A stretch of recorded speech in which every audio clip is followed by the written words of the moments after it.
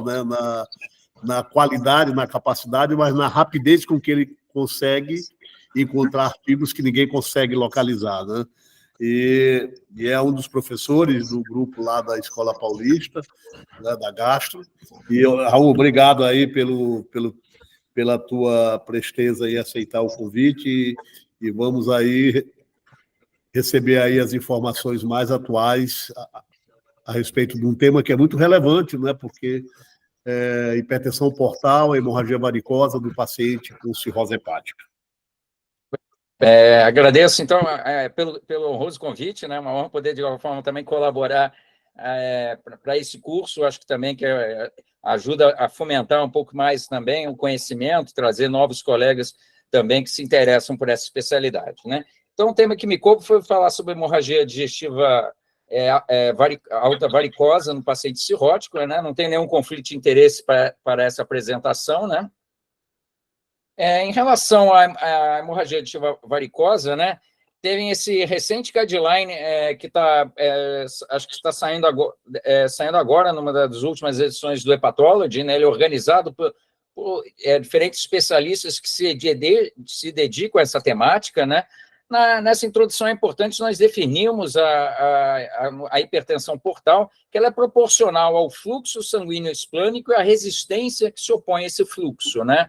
Então, a pressão da veia porta ela é expressa como gradiente da pressão portocava, essa diferença entre a veia porta e a veia cava inferior. A medição do gradiente, né, ela ajuda você a estimar em relação a esse valor. Em indivíduos saudáveis, o gradiente da veia porta ele varia entre 1 a 5 milímetros, né? E o gradiente considerado relacionado, né, à hipertensão portal na cirrose é acima de 5, mas a gente sabe que esses valores acima de 10 realmente é o que trazem repercussão clínica maior de maneira geral, né?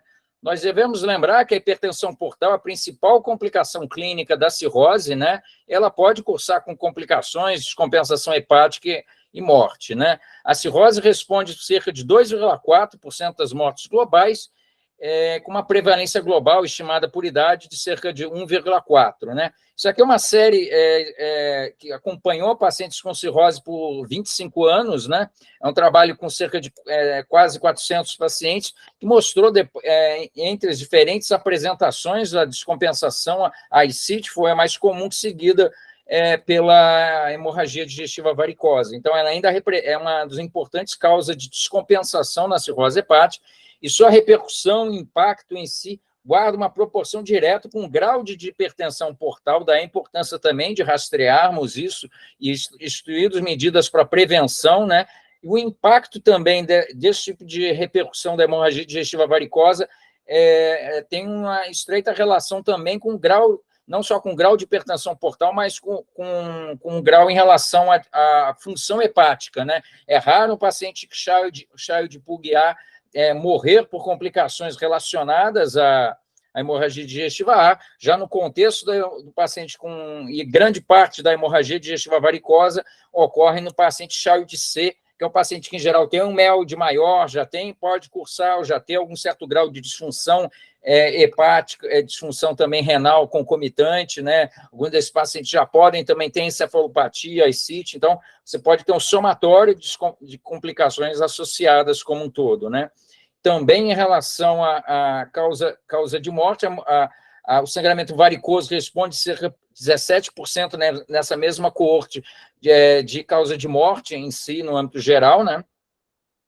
E em relação à sua fisiopatogenia, esse é um dos principais trabalhos que explora um pouco mais essa questão, né? Você tem mecanismos intrahepáticos que levam um processo de fibrogênese hepática, então esse desbalanço entre a resistência vascular intrahepática e o aumento dessa circulação hiperdinâmica, né, envolvendo também o leito esplânico como um todo, você acaba favorecendo, então, o desenvolvimento da hipertensão portal, né?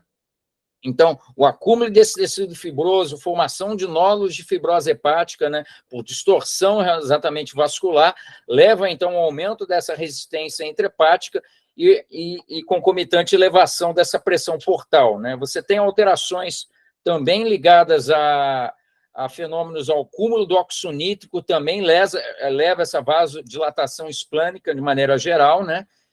Então, a patogênese acaba sendo envolvida, e acho que você tem várias outras repercussões também envolvidas, né? Você pode também aumento do baço, repercussões ligadas à encefalopatia hepática, hepatopulmonar também pode estar envolvido, disfunções sistólicas e diastólicas que também podem agravar o quadro, além da própria desenvolvimento dessas circulações colaterais de maneira geral. E como foi falado, o grau de hipertensão portal guarda de relação direta em relação à chance da ruptura, né? E tipicamente, a ruptura desses varizes de esôfago tende a ocorrer especialmente quando o valor de hipertensão portal são superiores a 12 milímetros também em si. Então, quanto maior esse gradiente, maior essa chance também disso acontecer, né? Então, a importância de nós identificarmos precocemente. Esse trabalho também do Hepatology, agora recém-publicado, talvez seja, acho que me pareceu mais completo nesse sentido, né? Documentando aqui os vários mecanismos que ocorrem desde essa desestruturação intrahepática, promovendo essa dificuldade, o fluxo seguir pelo leito hepático, que aí você começa, então, a ter desenvolvimento de circulações colaterais, acúmulo maior também de elementos que também podem favorecer a encefalopatia hepática, então você acaba tendo um somatório desses fatores como um todo, né? Então, esse desbalanço que acaba pesando mais em relação a esse fenômeno, né? Você tem mecanismos de pré-hepáticos, intrahepáticos, pós-hepáticos, de maneira geral, né? Muitos pacientes, pelas diferentes etiologias, você pode ter um somatório de mecanismos pré-hepáticos e intrahepáticos, né? De qualquer forma, cada vez mais tem se visto que a ocorrência da trombose hepática também, no contexto de pacientes já cirróticos, pode também promover um aumento também do gradiente portal subitamente, de maneira geral, né? Então, você tem vários mecanismos, e às vezes você pode ter mecanismos concomitantes envolvidos, né? Sendo o mecanismo pós-hepático o menos frequente, de maneira geral, né? Aqui, em relação aos alvos terapêuticos, essa outra tabela 2 também coloca um pouco desses aspectos, que eu acho que também, apesar de não ser o foco principal, explorar esse âmbito geral, algumas das estratégias de tratamento da hemorragia digestiva alta envolve também você atuar na vasodilatação esplânica, né? Então, o uso da terlipressina, somatostatina, os próprios beta-bloqueadores e carvedilol tentam atuar especificamente nesse mecanismo de maneira geral, né? Terapias antiangiogênicas ainda estão em caráter experimental, a gente tem um papel também das terapias endoscópicas e também estratégias endovasculares, embolizações de colaterais, uso de stents, o próprio tamponamento com balões podem compor também parte dessa estratégia também em relação ao tratamento específico da hipertensão portal, né? E falando mais especificamente dos beta-bloqueadores não seletivos de maneira geral, eles têm um importante papel na abordagem da hemorragia de varicose, também na prevenção desse sangramento, profilaxia primária, e também, uma vez que você resolve ou atua especificamente no sangramento, a instituição desse tipo de terapia também tem um importante impacto em reduzir ou em minimizar o risco de recorrência desse sangramento de maneira geral. Classicamente, nós temos o propanolol no nosso meio, né? A droga primeira despontou no âmbito geral, dose inicial de 20 a 40, você tende a aumentar titulando essa dose conforme for, né? É claro que a presença de ICIT concomitante limita um pouco, talvez, a dose máxima a ser utilizada, trabalhos com meta de frequência cardíaca, né, em si, então, pacientes cheios de seio, em geral, já tendem a ser já são mais vasodilatados, então, tendem a ter uma menor tolerância ao beta-bloqueador, procurando também manter uma PA sistólica acima de 90, de maneira geral, né?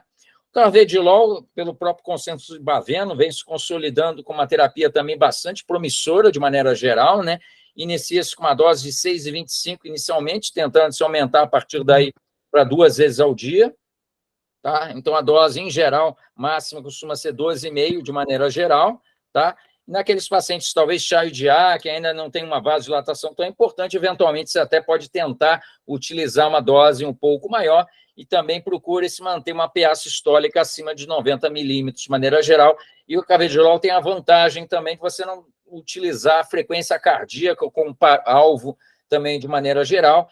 e o carvedilol ele já é recomendado como medicação preferencial para o tratamento da hipertensão portal cirrótica, né? A dosagem foi essa que eu mencionei, de maneira geral. Normalmente procura-se utilizar ou em dose única ou dividida 2 vezes ao dia, de maneira geral, né?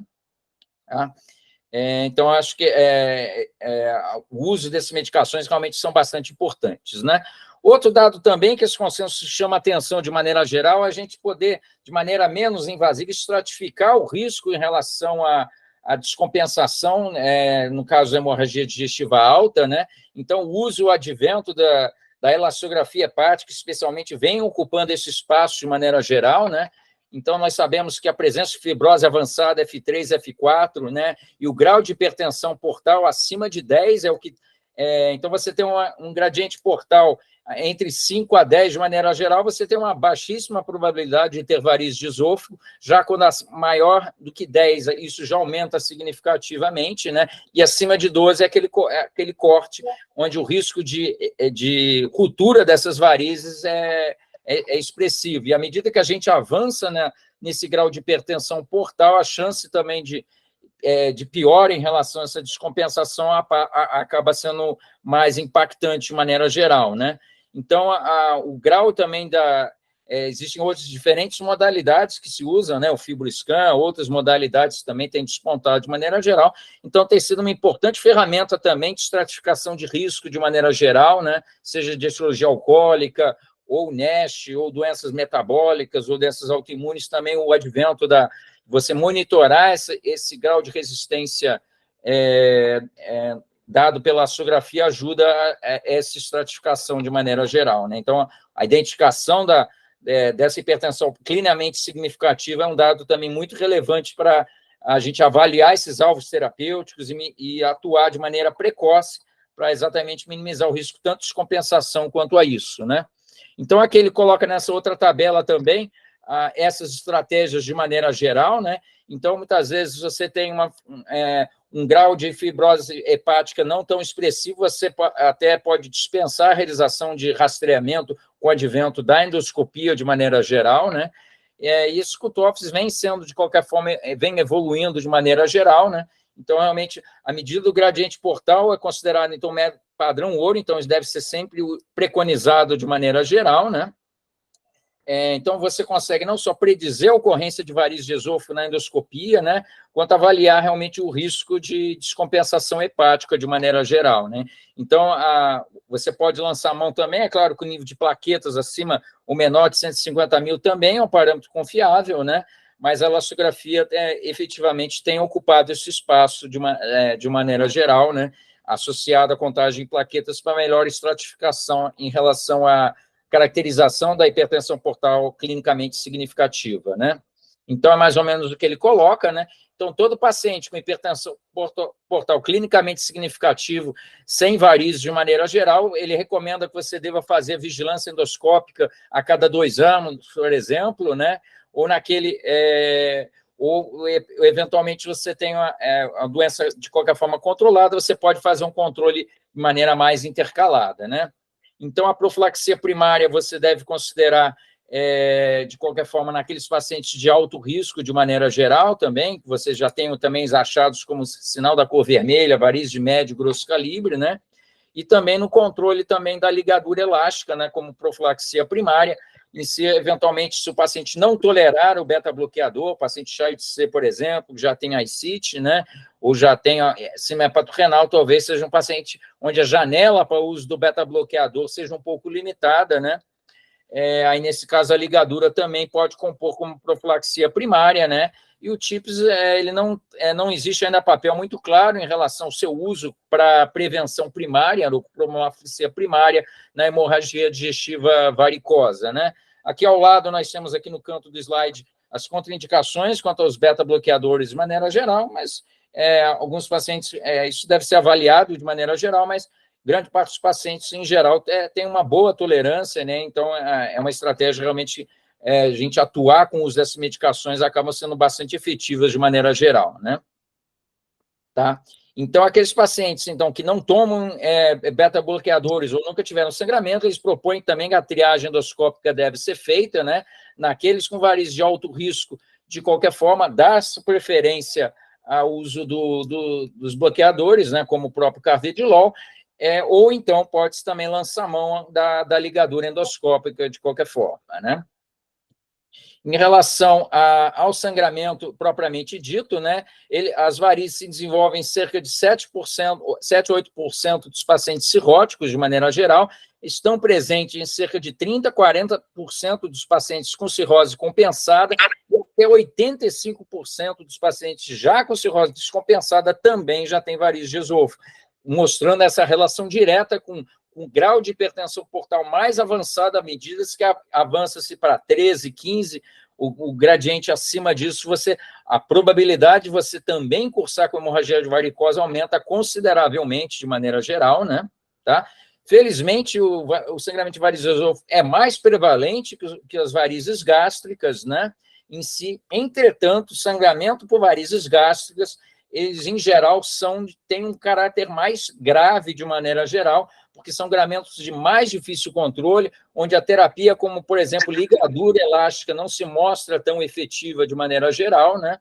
E a recorrência do sangramento varizes ocorre numa taxa de cerca de 10% a 15% ao ano, né?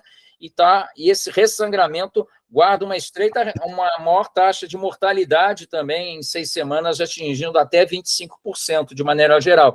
Daí a importância de nós atuarmos de maneira também mais efetiva no intuito da profilaxia secundária, né? Naqueles pacientes que já cursaram com o primeiro sangramento, né? Então, a presença de sinal da cor vermelha nessa figura da esquerda aqui, na seta aqui mostrando a figura, essa primeira figura mostrando o tampão de plaqueta, né? E aqui na figura B mostrando então mostrando o sinal da cor vermelha, também é um sinal também na qual endoscópico onde a ligadura ou alguma abordagem endoscópica muitas vezes se faz necessária, né? A mortalidade, então, ela impacta nesse sentido, né? Então, muitas vezes, a presença também de outra descompensação torna também o risco de mortalidade maior de maneira geral, né? E, às vezes, ela pode ser, muitas vezes, também o primeiro sinal de uma cirrose hepática recém-diagnosticada de maneira geral, né? Aqui é um dos organogramas propostos em relação ao segmento dessa avaliação em pacientes que apresentam hemorragia digestiva alta varicosa, né? Você deve fazer a avaliação inicial, como qualquer hemorragia digestiva alta, né? Você avaliar as estratégias iniciais de abordagem desses pacientes, tem um acesso venoso periférico calibroso, instituir as medidas de ressuscitação, o uso de cristalóides, por exemplo, o uso realmente também em relação à transfusão, deve ser uma estratégia um pouco mais restrita, onde procura-se manter um alvo de hemoglobina ao redor de 7, 8, de maneira geral, né? O uso em pacientes já sendo hepatopato ou tendo estigmas de hepatopatia, o uso de drogas vasoativas também, às vezes, idealmente, até durante o atendimento, a avaliação pré-hospitalar também deve ser preconizada, se disponível, né? O uso de terliprestina, análogo, somatostatina e octreotide, né? Em si também a instituição precoce disso ajuda a conter o sangramento e facilita também na hora da abordagem endoscópica, você ter menos sangramento, menor quantidade de coágulos também no interior também do estômago, consegue avaliar melhor de maneira geral, né? A profilaxia também de PBE e translocação bacteriana, um fenômeno também mais do que comum nesse contexto de paciente, né? Então, também essa profilaxia, talvez no paciente chai o impacto seja, às vezes, um pouco limitado, né? Mas o ceftriaxone acaba sendo a principal droga mais utilizada. Pois não? Assim, vamos em frente. E o uso da eritromicina, por exemplo, né, que é um agente atua na motilidade, né? Se disponível na sua apresentação EV, ela também pode melhorar a qualidade de endoscopia se utilizado 30 a 120 minutos antes da endoscopia de maneira geral, né?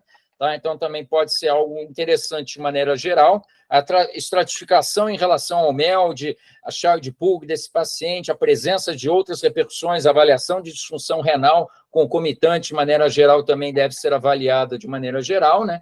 E a intubação, muitas vezes, pode ser necessária na presença, especialmente, de sangramento vultuoso, né, no intuito também proteger a via aérea e prevenir também broncoaspiração e pneumonia aspirativa nesse contexto de paciente, né?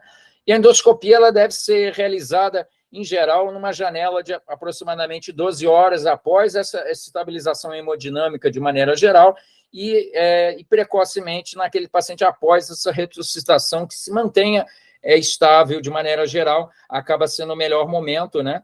Em si, se for necessário, o uso de drogas vasoativas também, se o paciente estiver hipotenso, também isso indiretamente, a noradrenalina também pode, às vezes, ajudar a manter uma PAM adequada nesse paciente e, indiretamente, também reduzir a hipertensão portal e ajudar a conter o sangramento como um todo, né? E, de maneira geral, a gente tende a seguir nesse organograma à medida que você institui essas medidas iniciais, né? O uso de drogas, adrenalina e tudo, pode ser utilizado, mas uso cada vez menos, tem se utilizado um pouco menos, de maneira geral, com o advento da ligadura, acaba sendo a principal estratégia, já no primeiro momento, de qualquer forma, mas nada impede de você, às vezes, combinar, você botar adrenalina para ajudar a conter um sangramento mais vultuoso e depois completar com a ligadura, de maneira geral, né? E se tiver a persistência do sangramento, dificuldade de controle, apesar de hoje não ser tão utilizado hoje em dia, às vezes algumas estratégias mais antigas, como o antigo balão de Sykes Blackmore, às vezes é uma estratégia, o balonamento, e ele pode ser mantido idealmente 24 horas, ajuda às vezes você ter uma ação mecânica para conter esse sangramento e permitir que você também avance com outras estratégias, você tentar repetir essa endoscopia num segundo momento, de maneira geral, né? É claro que se você manter um período mais prolongado, acima de 24 horas, você tem um risco de isquemia local em si, então também não deve se estender quanto ao seu uso, né? De uma maneira geral. E a questão da dieta precoce, em geral, propõe-se que você deve estimular também uma dieta, liberar dieta líquida em si, de maneira geral, precocemente, né, nesses pacientes, também manter os pacientes cirróticos em jejum prolongado, também é um fator que favorece a translocação bacteriana de maneira geral, ocorrência de encefalopatia, então, de maneira geral, o jejum não deve ser mantido de maneira prolongada, e naqueles pacientes onde o sangramento seja de mais difícil controle, né, ou já haja recorrência durante esse período de 2 a 5 dias, você pode se amadurecer, avaliar a perspectiva em relação ao TIPS, naqueles pacientes que tenham ainda uma reserva funcional adequada, um MELD idealmente abaixo de 13, sem histórico de encefalopatia, importante avaliar a presença de trombose da porta, se tem HCC concomitante também, então existem outras variáveis a serem avaliadas antes de decidir tentar utilizar o TIPS como resgate de maneira geral nesses pacientes, né?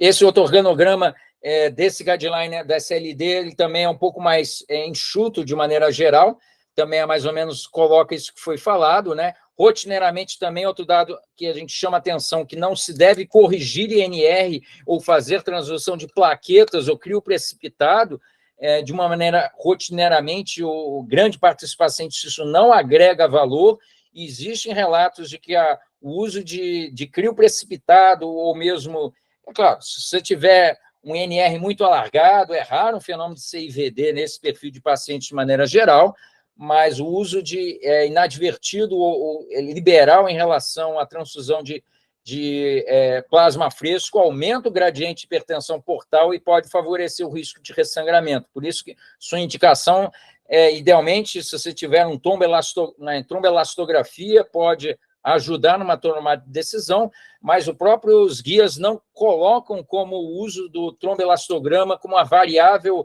a ser utilizada rotineiramente, é um método ainda que está se difundindo, mas a hemorragia digestiva alta, varicose, o uso da tromboelastografia ainda não é um exame ainda bem estabelecido como norteador de conduta de maneira geral, né? E também a endoscopia, nesse intervalo de até 12 horas, permite realmente você confirmar sangramento varicoso, né?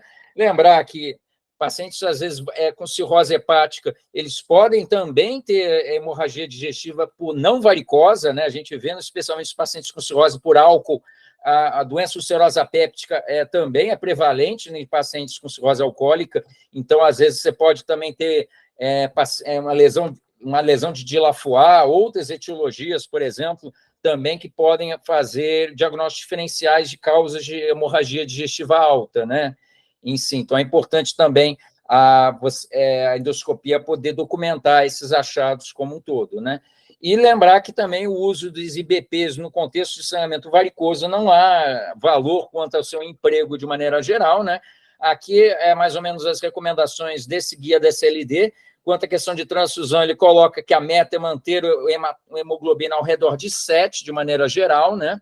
Em si. É claro que talvez um paciente que seja coronariopato, já tem histórico de já tenha colocado algum stent, ou tem histórico de angina, talvez você deva procurar manter ao redor de 8, mas, de maneira geral, a meta, no caso, seria ao redor de 7, de maneira geral, né?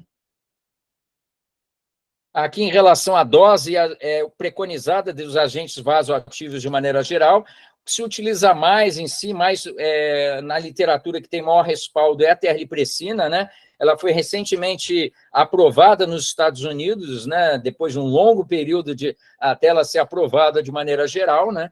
Então, se recomenda se iniciar precocemente, em geral em bolos, né? 2 gramas EV a cada 4 horas, depois 1 grama a cada 4 horas, ou a cada 6 horas, e devem ser mantidas de cerca de 48 a 5 dias, né? Lembrar que se o paciente cursar com angina, tiver a isquemia periférica em si, ou diarreia, às vezes é um sinoma mais facilmente manejável, né?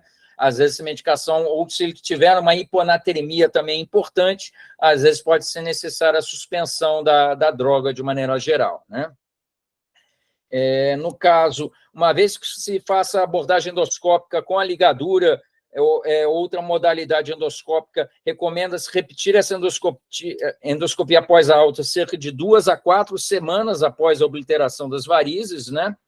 E depois, no caso, já mencionei a questão da eritromicina, se disponível, né? Preferencialmente EV, né? Então, a questão a pontuação Child-Pugh, de qualquer forma, ajuda também a estratificação de maneira geral, né? Então, realmente, o TIPS pode ser considerado em si para casos de recorrência do sangramento, ou aqueles pacientes que falharam uma segunda tentativa endoscópica, né? Que ressangraram de maneira geral, né? Tá? Mais uma vez que também você usa com o advento das drogas vasoativas, e uma vez que você também controle, você retirando a droga e entrando na sequência, depois daqueles 2, 5 dias das drogas vasoativas, o uso do beta-bloqueador do carvedilol também minimiza esse risco em relação a isso, né? Então, está aqui no meio desse guideline aqui a questão de você avaliar a questão do uso do TIPS, né, como estratégia de maneira geral, né? Então, eles colocam na literatura o TIPS como estratégia de salvamento naquela hemorragia digestiva varicosa não controlada, né? Ou naqueles que têm ressangramento, né? Apenas quando você tenta retirar a droga vasoativa, não é, após a ligadura que volta a sangrar, você também pode considerar como resgate, né? Ele lembra que, como ele menciona aqui no 12, a alimentação interal também deve ser iniciada assim que o sangramento estiver controlado de maneira geral, né? E não há restrições quanto também a passagem de sonda de alimentação, se indicada nesses pacientes, se eles tiverem algum grau de encefalopatia ainda, que limite o uso também, isso não é um fator de risco de maneira geral. E os inibidores de bomba devem ser descontinuados nesse contexto, já que ele associa-se com risco também de PBE, de disfunção renal, alguns fenômenos também em pacientes cirróticos, o advento do uso de IBPs também está associado a outros fenômenos. Aqui só uma imagem mostrando o emprego da ligadura, né? Você traciona, bota o cap, solta o clipe, e depois você tem o estrangulamento desse coto vascular, depois de 3 a 5 dias, cai a escara de maneira geral, em geral um sangramento de pequena magnitude de maneira geral, autolimitado, né? Tá? Então, é um fenômeno que normalmente ocorre. Quanto à questão do uso, passagem de sonda nasogástrica, isso deve ser avaliado individualmente, né? Mas no contexto da hemorragia digestiva alta, é uma modalidade que hoje caiu um pouco quanto ao seu uso como uso rotineiro, então não existe uma recomendação formal quanto à passagem da sonda nasogástrica de maneira geral, tá? Tem uma baixa acurácia, então, muitas vezes, em casos, pode ser uma estratégia a ser considerada, mas, de maneira geral, ela não costuma agregar grande valor como um todo, né? Em relação a varizes gástricas ou ectópicas, de maneira geral, a gente tem a classificação de Sarin, que acaba sendo mais utilizada para avaliar se essas varizes estão junto da curvatura menor ou da curvatura maior, que seria o GOV1 e a curvatura maior, o GOV2, né? Ou varizes isoladas que ocorram no fundo gástrico ou em outras topografias, de maneira geral, né? A questão dessa classificação, né? As varizes, elas, de maneira geral, GOV1, elas, em princípio, seguem a mesma lógica de abordagem das varizes esofagianas, né? Tá? Já no caso, as varizes, quando elas são do fundo ou da curvatura maior, elas, em geral, elas não respondem tão bem ao uso dos beta-bloqueadores, de maneira geral, por exemplo, né? E, às vezes, podem cursar com maior risco de falha ao tratamento, ressangramento. Então, mas, de maneira geral, a prevalência das varizes gástricas ela ocorre em cerca de 17% até 25%. Então, apesar de elas, em geral, serem mais graves, ela ocorre num percentual menor dos pacientes com cirrose hepática. Aqui um exemplo de uma figura GOV2 mostrando sangramento varicoso de maneira geral. Então, uma vez identificado esse sangramento, você tende a ter a mesma estratégia de estabilização de maneira geral. Você deve ter o uso aqui, idealmente, o uso do cianacrilato, se disponível, é uma modalidade, às vezes, não tão disponível de maneira geral. Se disponível, ela deve ser a estratégia mais utilizada e consegue uma boa homeostase local. É claro que existe o risco, se tiver um alto fluxo dessa cola não aderir adequadamente nesse local e ela poder migrar para outro sítio, às vezes levar a um tromboembolismo pulmonar, às vezes você atingir outros sítios de maneira geral, mas hoje essa técnica vem sendo aperfeiçoada, esse risco, de qualquer forma, vem sendo minimizado, né? Outras modalidades, ou se isso não estiver disponível, você pode considerar também algumas abordagens endovasculares, de maneira geral, de radiologia intervencionista, né? O TIPS também, se for o caso, pode ser utilizado. Existem aqui outras modalidades que podem ser preconizadas, o BRTO, BATO, existem diferentes siglas, né? Eu já tive a oportunidade de conversar com o Dr. Denis, também da Unifesp, também já tem uma certa expertise em relação às modalidades, talvez o uso do estudo angiográfico para você estudar melhor realmente a composição dessas colaterais, ajuda nessa tomada de decisão. Nem sempre o TIPS vai ser a principal estratégia, por exemplo, num sangramento de varizes de fundo gástrico. Às vezes, você pode ter uma colateral mais específica, onde ela se mostra mais efetiva do que propriamente o TIPS. Então, um estudo angiográfico, seja por tomo ou ressonância, pode, às vezes, ser uma importante ferramenta, às vezes, para se amadurecer a ideia em relação a esse tipo de abordagem de uma maneira geral, né? Aqui, em relação aos tipos, de maneira geral, mostrando, então, aqui nessa tabela 1, existem também as varizes de fundo gástrico, elas existem pequenos subtipos, né? Então, às vezes, a elastografia, a ligadura, ela pode ser utilizada também nas GOV1s, em sítios semelhante às varizes esofágicas, com desempenho não tão bom quanto nas varizes esofágicas, mas elas também têm um papel. Já nos tipos 2 e 3, realmente acaba sendo inútil, né? A ligadura não se mostra efetiva, então essas outras modalidades podem ser consideradas em si, né? Então, aqui só mostrando alguns exemplos em si, né? Então, como o BRTO, aqui no Brasil nós ainda temos dificuldade até de curva de aprendizagem, é uma indicação ainda muito restrita, então ainda é uma limitação quanto a seu uso de maneira geral, mas a literatura de grandes centros na Europa e nos Estados Unidos, ela tem se tornado uma modalidade bem interessante, aqui na figura A, em mostrando um pouco dessa modalidade. De qualquer forma, é claro que, assim como no TIPS, a presença de uma trombose da veia porta ou da esplênica pode limitar um pouco sua utilização, né, de maneira geral, né? A questão do MEL de score alto também, às vezes também é um fator limitante, acima de 18, a presença de encefalopatia, insuficiência cardíaca direita também, às vezes, limita quanto ao seu emprego, né? Principais complicações às vezes, um infarto venoso do leito da mesentérica, então, às vezes, pode dependendo do caso, mas felizmente é uma complicação, em geral, rara, né, como um todo, né? Tá? E no caso, é importante que, às vezes, os pacientes, a avaliação desse procedimento endovascular, que os pacientes tenham varizes de esôfago erradicadas, você, às vezes, pode agravar o sangramento das varizes esofágicas com alguma abordagem desse tipo, né? Existem outras modalidades, como o uso de plugs, outras modalidades, ou mesmo, igual se usa também para outros procedimentos vasculares, como aneurisma, também o uso de molas, eventualmente, pode ser empregadas. A questão que o grau de hipertensão portal e alto fluxo, às vezes, limita a dificuldade que esse processo fique restrito nesse local, por isso não se usa tanto essas molas, de maneira geral. Aqui um exemplo mostrando essa obliteração após a passagem do balão, de qualquer forma, né? Então, são modalidades ainda pouco disponíveis no nosso meio, de maneira geral, né? Então, realmente, esse sangramento por varizes de fundo gástrico são, de maneira geral, um pouco mais desafiadoras, de maneira geral, e recomenda-se, considerando o seu maior risco de recorrência, né, o uso também dos beta-bloqueadores, né, para prevenir a recorrência nesse contexto, na ausência de contraindicações. Aí, mais ou menos, é o mesmo segmento, recomendação em relação à vigilância nos pacientes por sangramento também por varizes de esôfago, né? Aqui a questão dessas modalidades. Então, no âmbito geral, o balonamento, às vezes, pode piorar a ascite, ter algumas indicações. Na questão de encefalopatia, que no TIPS, por exemplo, piora. No caso do balonamento, muitas vezes não é um fator limitante, de maneira geral, né?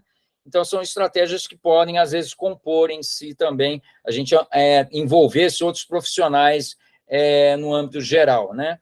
Existem também, eventualmente, varizes em outras topografias, mas elas, em geral, são bastante raras, de maneira geral. Existem poucos dados em relação a protocolos, ou qual a melhor estratégia em varizes ectópicas, de maneira geral, né? Então, esses casos devem ser avaliados individualmente em si. O uso, talvez, das medicações, dos beta-bloqueadores, talvez ocupem mais esse espaço, né? Só um destaque maior em relação ao TIPS, né? Em si, talvez seja das modalidades de resgate, né, no sangramento varicoso, talvez seja o que seja mais disponível no nosso meio, né? Então, realmente, ele vem se consolidando como estratégia de resgate, né, como um todo. E, no caso, a prevenção, então, da hemorragia recorrente após o primeiro sangramento, né, se deve com o advento do uso o TIPS preventivo pode ser uma modalidade, apesar de, muitas vezes, você deve considerar esse paciente já em uso da medicação, que já tenha tido algum sangramento ou não tolere essas medicações de maneira geral, né? Mas em pacientes, talvez, chá de PUG B ou C, ou no maior grau de hipertensão portal, né? E eles preconizam que, nesse contexto do sangramento, prevenir a recorrência, o carvedilol, por seu potencial maior em si, talvez de redução do gradiente portal, seja a droga mais preconizada, de maneira geral, né?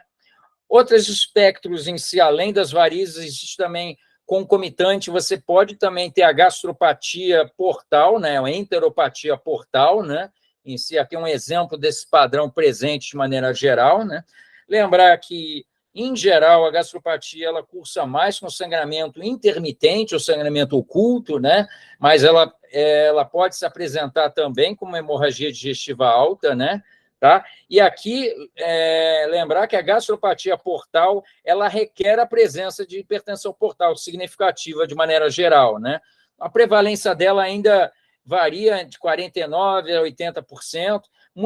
A ocorrência, ela em geral ocorre na concomitância de varizes, né? Em si, na maior parte das vezes, é um achado incidental, ela muitas vezes o sangramento varicoso antecede, mas uma vez que o paciente erradica as varizes, eventualmente esse fenômeno pode progredir, né? De maneira geral, ela pode ser, a regressão é rara de maneira geral, né? Então você costuma ver em geral esses pontos avermelhados, você pode ver em geral mais no antro, né? De qualquer forma, e dependendo da topografia, também você pode fazer um diagnóstico diferencial com a ectasia vascular antral, né? Que muitas vezes aqui é mostrando duas figuras que fazem distinção de uma coisa, de uma condição e da outra, né?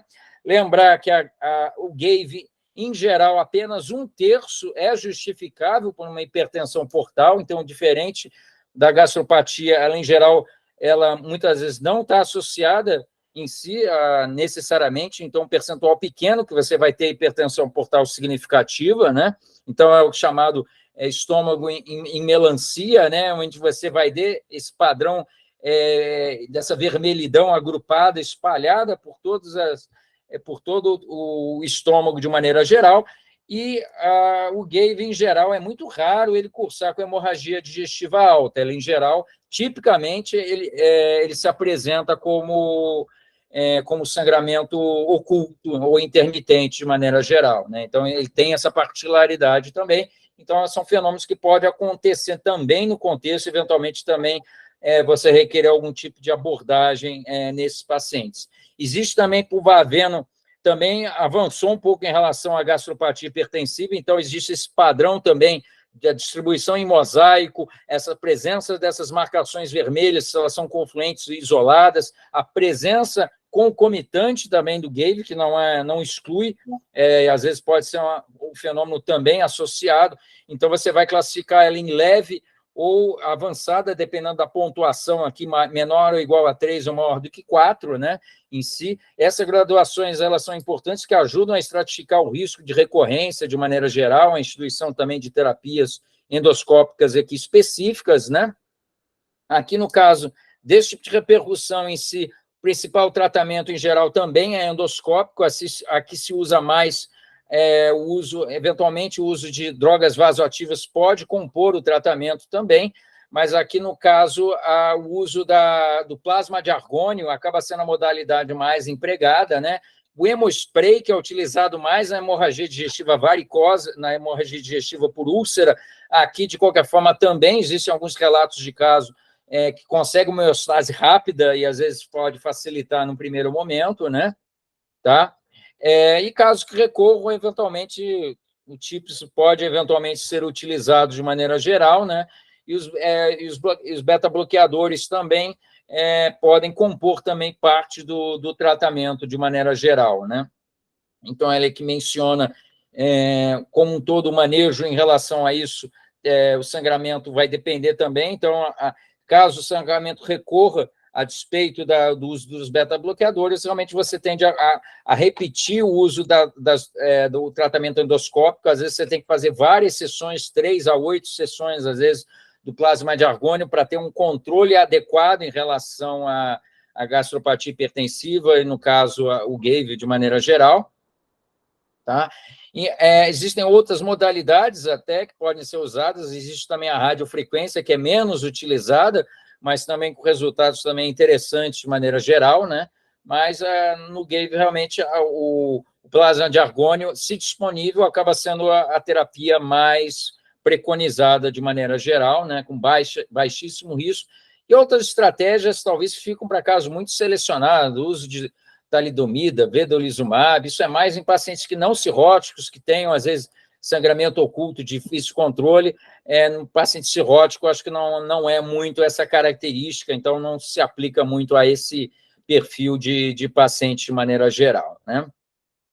E, por último, acho que também nesse K9 ele coloca também em relação à estratificação, ele menciona também que no contexto de pacientes com hepatocarcinoma, a prevenção e tratamento, a hemorragia digestiva alta é uma importante causa de morte, às vezes em pacientes com HCC avançado, também a gente estratificar o risco e avaliar a abordagem também da hemorragia digestiva alta e prevenir também o sangramento varicoso nesses pacientes, já que pela evolução do próprio tumor, a trombose da aporte tumoral pode também ser a apresentação e às vezes é uma importante causa de mortalidade em pacientes com HCC irressecável ou avançado a hemorragia digestiva alta. Então, na ausência de contraindicações, a terapia com beta-bloqueadores é recomendada como profilaxia primária de hemorragia varicosa e prevenção de descompensação em pacientes com hepatocarcinoma também com hipertensão portal clinicamente significativa, né? Tá? Então, é um dado também que ele chama a atenção de que nós, nesse perfil de pacientes também, nós devemos também dar atenção em relação a este tipo de abordagem de maneira geral, né? Então, essas eram as considerações como um todo, né? Agradeço aí a atenção de todos e coloco à disposição aí para dúvidas e questões aí, que venham a ser levantadas, né? Muito bom, Raul. Deixar aí as perguntas e... Isso aqui eu acho que é a figura mais importante, aqui é o organograma principal, né? Isso, Raul, esse artigo depois você pode encaminhar para o... Claro, não, sem dúvida. Tá. Ele já tá na versão final, né? Então, ele acho que ele já saiu agora na edição de maio, né? Então, ele está bem condensado em si como um todo, né? Então, acho que é como uma conduta para ajuda a sedimentar bem o conhecimento nessa área. Então, acho que esse guideline, desde a profilaxia, estratificação e conduta, acho que ele ajudou a organizar, que é um caminho que o Baveno já vem pavimentando aí ao longo desses últimos anos, aí ajudar a organizar melhor as opções e abordagem realmente da hemorragia digestiva varicosa, né? Perfeito. O Wilson e Luiz, eu acho que do grupo são os que fazem endoscopia, né? Vocês querem fazer alguma pergunta para o Raul?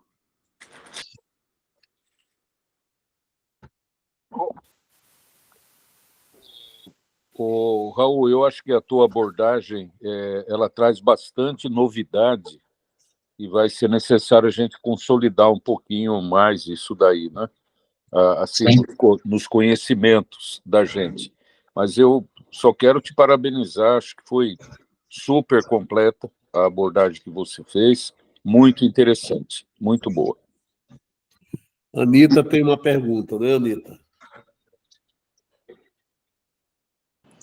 Quem faz endoscopia é a Larissa, professor. A Larissa? Ah, Larissa, você com a palavra, Larissa. Minha gêmea. Larissa. Cadê ela? Ela vai me matar amanhã. Não vou matar agora.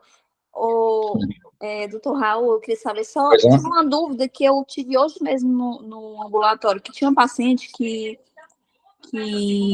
tinha tido HDA, né? Aí entrou no programa de erradicação e aí ela só fez acho que praticamente só duas abordagens, né? Fez esclerose e ligadura, e a última endoscopia dela veio ainda com cordão varicoso de médio e 2 de fino, mas não tinha red spot. Assim, no meu conhecimento, né, ela ainda teria que fazer, né, por causa dessa no caso, né? ela já teve sangramento? Ou nunca eu sangrou? Não tenho, eu não me lembro. Tá. Aí no caso, essa informação é importante realmente, né, falando em profilaxia primária, naqueles pacientes realmente que você conseguiu atingir a dose do carvedilol ou beta-bloqueador como um todo adequadamente, né, você muitas vezes pode ter essa efetividade, né, no âmbito geral. A questão de você completar a ligadura na profilaxia primária pode ser utilizada, mas não é algo realmente obrigatório, né? E o advento também de você utilizar a elastografia para ver realmente se o paciente teve uma redução, né, nesse interim depois, no acompanhamento também desse paciente, você removendo o fator também que leva a frigiogênese hepática, erradicando o vírus C, por exemplo, né, atuando na síndrome metabólica, usando medidas também para controle da condição de base, se for possível remover o fator agressor. Muitas vezes, se tem a questão do álcool, você atingir a abstinência, então você atuar também na questão da causa por trás, controlar uma hepatia autoimune, manter a doença, atingir a remissão da doença, ter as enzimas hepáticas controladas, numa CBP você ter resposta clínica e também laboratorial da normalização das enzimas. Então, esses alvos terapêuticos também indiretamente se refletem no melhor controle dessa hipertensão portal, né? Clinicamente significante, né? Entendi. Tá certo, obrigada. Então, acaba sendo um somatório, né, desses fatores, né?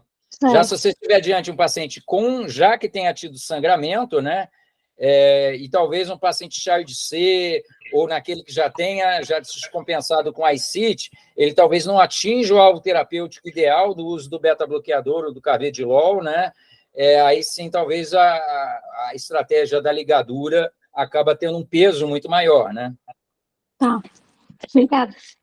Amanda, Doutor Raul, deixa eu tirar uma dúvida. Assim, se o paciente não teve nenhum episódio de sangramento, aí eu faço uma endoscopia e faço o tratamento dos cordões varicosos e erradico.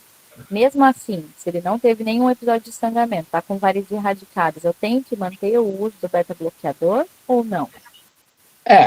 O uso do beta-bloqueador naqueles pacientes com varizes documentadas, né, em si, realmente acaba sendo bastante efetivo. De maneira geral, diminui a chance realmente também de progressão, desenvolvimento de outras descompensações, né?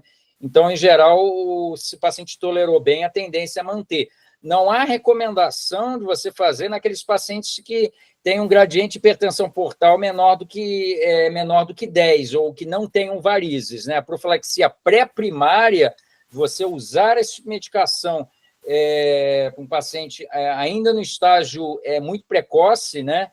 Aí talvez realmente se discute que realmente não vai agregar muito valor, né? Mas naqueles pacientes que você já tem documentado com o advento da elastografia, você também já tem plaquetopenia, que você já tem um gradiente portal acima de 10, esse é o paciente que vai se beneficiar realmente do advento do uso da medicação, né?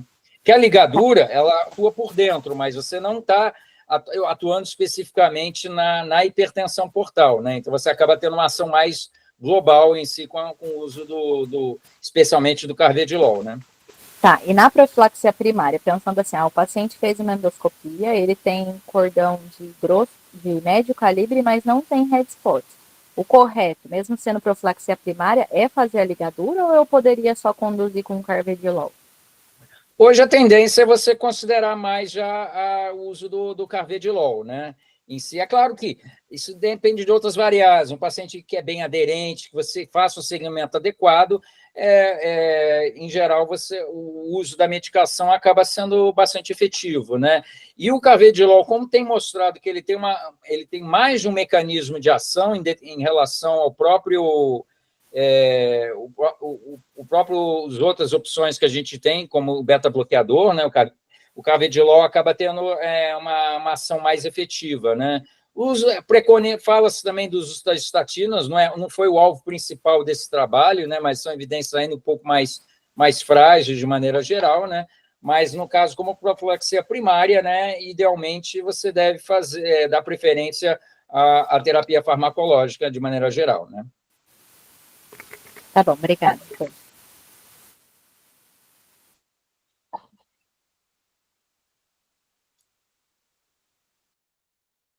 Inclusive, um outro dado também, eu usei em alguns slides, a mais nova edição do Clinics in Liver Disease, né, é exatamente sobre hipertensão portal. Os artigos ainda estão em fase pré-print, né, antes da publicação, né, então, a próxima edição, acho que deve sair agora, provavelmente, acho que de julho, ou setembro, né, que essa coleção da Clinics of North America, ela sai são 4 edições por ano, né? Então, eles escolhem um tema e publicam 4 edições por ano. Então, também, mas acho que não difere muito pelo que eu já peguei alguns dos artigos, né? Eles não diferem muito. Tem algumas coisas a mais em relação à questão das varizes gástricas, né? Em si, que são onde os consensos são um pouco mais séries são menores, você tem as evidências são um pouco mais frágeis, né? Mas, de maneira geral, acho que esse consenso da SLD consolida bastante em relação às condutas, né? o Raul, a Dani, ela fez uma pergunta aqui na questão do paciente cirrótico grave, em uso já de noradrenalina e ou vasopressina por choque, e aí ele sangra por hemorragia varicosa, existe a necessidade de entrar com terlipressina neste contexto, já que o paciente está usando nora ou vasopressina? Não, nesse caso não. Você o paciente que precisa de droga vasoativa, de qualquer forma, você já está atuando nesse mecanismo. Se adicionar uma outra droga, aumenta a chance de iatrogenia e complicações, né? Então, não agrega valor de maneira geral, né? É claro, assim como você deve avaliar também, talvez, um paciente que não está respondendo, precisa aumentar a dose da nora, talvez você deve avaliar a presença de uma insuficiência adrenal nesse contexto de paciente que há uma maior prevalência de insuficiência adrenal à medida que o paciente tem um chá de seio, um MELD acima de 15 ou 18, então talvez o uso de corticoide em dose baixa, né, possa compor parte dessa estratégia como um todo, né, e dependendo da condição, realmente, de maneira geral, em paciente que você fez endoscopia, ressangrou, você aí considerar, dependendo da condição clínica, paciente estável, você repetir uma nova endoscopia em 48 a 72 horas, pode ser considerada, e aí talvez você conversar, envolver o endoscopista nessa decisão, se o procedimento não ficou muito bem feito, se houve uma boa visualização da lesão como um todo, né? Então, às vezes, o exame não foi incompleto, então, às vezes, dados também da condição em que se realizou o exame, se o paciente teve hipotensão ou ressangrou durante a endoscopia, também, apesar de não existirem scores, como na hemorragia digestiva não varicosa em si, talvez a qualidade, o desempenho, o quanto que o procedimento foi realizado, né, em si, segurança e a qualidade do exame também durante a sua execução também, às vezes, pesam nessa questão de uma vigilância endoscópica ou revisitar esse paciente do ponto de vista endoscópico mais precocemente, durante essa primeira internação, né? Perfeito.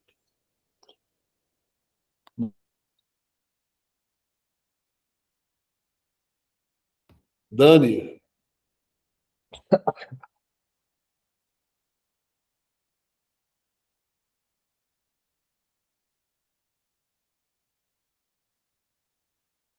Sim, então a Daniele, sim, está satisfeita com a tua resposta. Tá tudo. Alguém mais quer perguntar? Aproveitar o Raul e tirar dúvidas?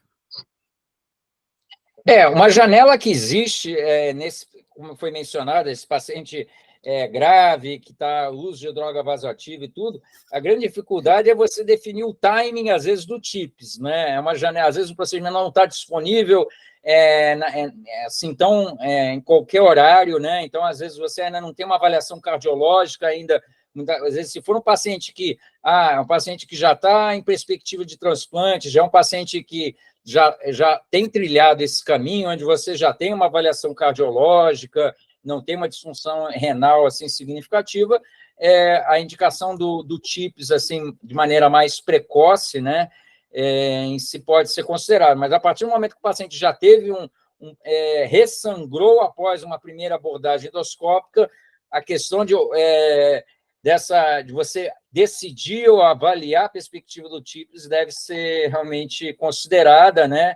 E aí, e se disponível, né? Também o estudo angiográfico pode ser você tendo um aporte, um apoio também do ponto de vista de radiologia intervencionista, às vezes um estudo angiográfico também pode compor aí também ajudar nessa tomada de decisão, né? Depende um pouco da expertise, do acesso. Então, às vezes, apesar do tipo ser algo interessante, o problema também é acesso e disponibilidade do método, né? À medida que a gente vai expandindo e olhando para outros centros assim menores, de maneira geral, né?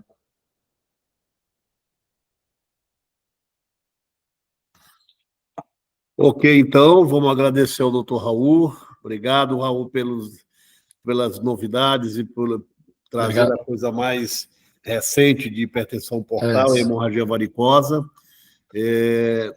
Agora vamos estudar, né? Perfeito. Tá. E aí, de qualquer forma, já vou separar essa bibliografia principal aí que eu utilizei, legal. e aí disponibilizo aí no grupo, de qualquer forma. Legal, legal. Ai, isso. Legal. Perfeito. Agradeço mais uma vez a Obrigado, oportunidade. Raul, mais uma vez. Vamos Um abraço. contar com você outras vezes, né?